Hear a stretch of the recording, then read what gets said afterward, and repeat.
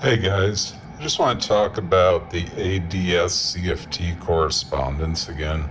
I've talked about this in the past. Basically, it's a two-dimensional boundary that has all the information of the three-dimensional space or volume that we live in encoded on it. So that's where hologram theory comes from. It comes from the ADS CFT. I wanted to talk about how do you get that third dimension coming out of the two-dimensional boundary. How do you get that third dimension? I've had some breakthroughs. I put in quote breakthroughs. I've had some breakthroughs on the idea, and I want to say I think this is how, and I think it's gravity. I think gravity is key. So the boundary has no gravity. Okay, the boundary is conformal field theory, CFT.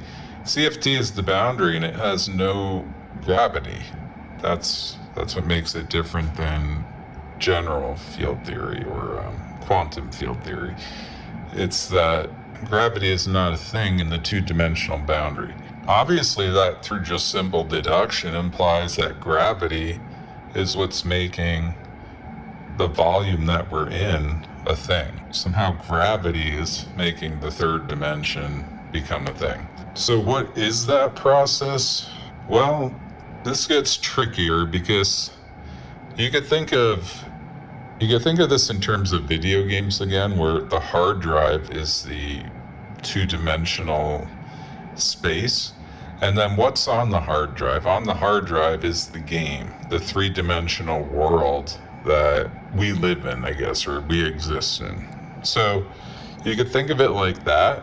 How is that happening? Well, it's happening by running a processor. It's happening by, in our case, it's happening possibly by running a processor. It's possible we're in a simulation. It's also possibly happening where we are rendering reality. And that is what the double slit and other theories do suggest. So I don't know the process, but those are my best guesses. Yeah, that's really all I wanted to say about the ADS CFT. Somehow gravity is the key. And that's why the graviton particle, people are saying, where's the graviton? It should exist. It should exist. There's something with gravity where it has the ability to create a dimension.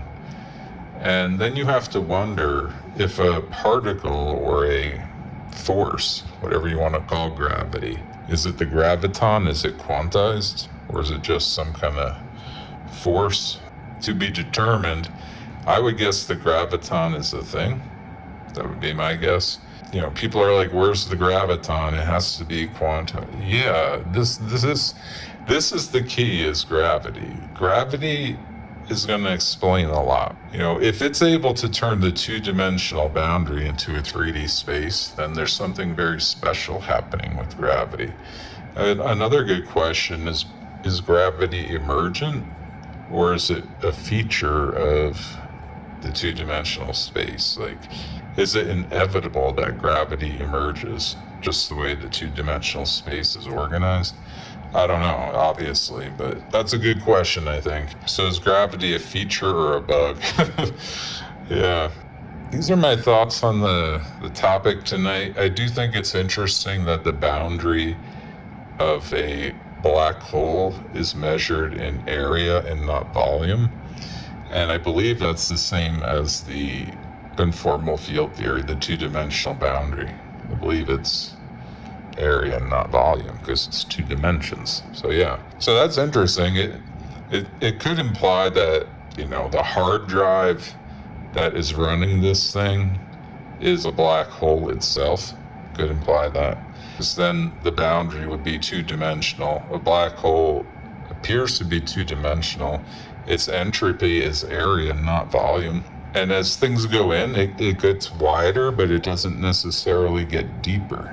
And that's why I think there could be some kind of two-dimensional. I ultimately think hologram theory is going to be proven correct. ADS CFT implies that. It implies hologram theory, but it is also itself a theory. It hasn't been proven. But the great thing about it, why it seems so likely to be true is entanglement. Anything we do in this space, mathematically at least, so this is theoretical and mathematical, in the Juan Maldacena papers, the entanglement, what we do here appears to encode something immediately, like on the two-dimensional boundary, just in like a different description of it.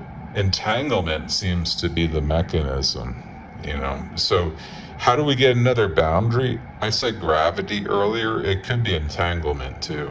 Somehow entanglement could create the extra dimension. That would be interesting, if not a force or something more tangible, but almost like a concept. A concept almost forms the space, the depth. That's what it looks like with entanglement.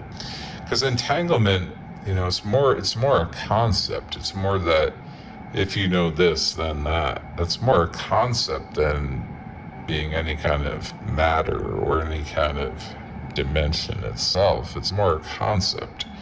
So a concept would be creating a dimension if it's entanglement that's causing this. And it could be because anything we do here via entanglement, according to Maldacena's papers, gets encoded on the boundary in 2 dimensions. So somehow we're doing something here in 3 dimensions, and we're describing it as X, Y, Z. And then mathematically, through entanglement, it gets encoded on the 2-dimensional boundaries in 2 dimensions. So it's a different description of the same thing. That's wild. I don't know. There's a lot of implications of this from life to death. So if you guys find this interesting, we could go into that, especially the aspect of what it means for death. I mean, think about that. If we die in this 3-dimensional world, we get encoded on the 2-dimensional boundary, our death, through entanglement. Well, what does that mean? I don't know. To me, it means there's immortal information about us on the boundary.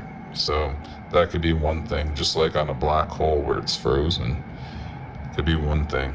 It could also be like my hard drive analogy earlier, and the hard drive is 2 dimensions, and anything exists, in quotes, to the point that anything on a hard drive is real.